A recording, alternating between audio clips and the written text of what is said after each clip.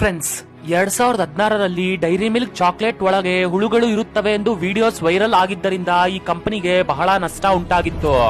ಆದ್ರೆ ನಾವು ಇಷ್ಟಪಟ್ಟು ತಿನ್ನುವ ಈ ಚಾಕ್ಲೇಟ್ ಹೇಗೆ ತಯಾರಾಗುತ್ತೆಂದು ತಿಳಿಯುವುದು ನಮಗೆ ಬಹಳ ಮುಖ್ಯ.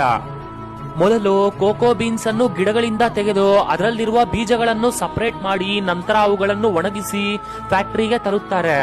ಅಲ್ಲಿ ಇವುಗಳನ್ನು ಕ್ಲೀನ್ ಮಾಡಿ ರೋಸ್ಟ್ ಮಾಡುತ್ತಾರೆ.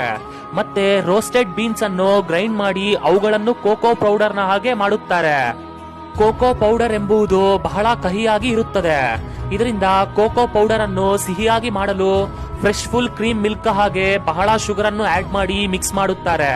ಇದು ಥಿಕ್ ಲಿಕ್ವಿಡ್ ನ ಹಾಗೆ ಬದಲಾಗುವವರೆಗೂ ಇದನ್ನು ಮಿಕ್ಸ್ ಮಾಡುತ್ತಲೇ ಇರುತ್ತಾರೆ. ನಂತರ ಲಿಕ್ವಿಡ್ ಎಂಬುದು ಗಟ್ಟಿಯಾಗಿ ಆಗೋವರೆಗೂ ಕೋಲ್ಡ್ ಪ್ರದೇಶದಲ್ಲಿಟ್ಟು ಪ್ಯಾಕಿಂಗ್ ಮಾಡಿ ಎಕ್ಸ್ಪೋರ್ಟ್ ಮಾಡುತ್ತಾರೆ. ನಿಮ್ಮಲ್ಲಿ ಎಷ್ಟು ಜನರಿಗೆ ಡೈರಿ ಮಿಲ್ಕ್ ಇಷ್ಟ ಎಂದು ಕಮೆಂಟ್ ಮಾಡಿ.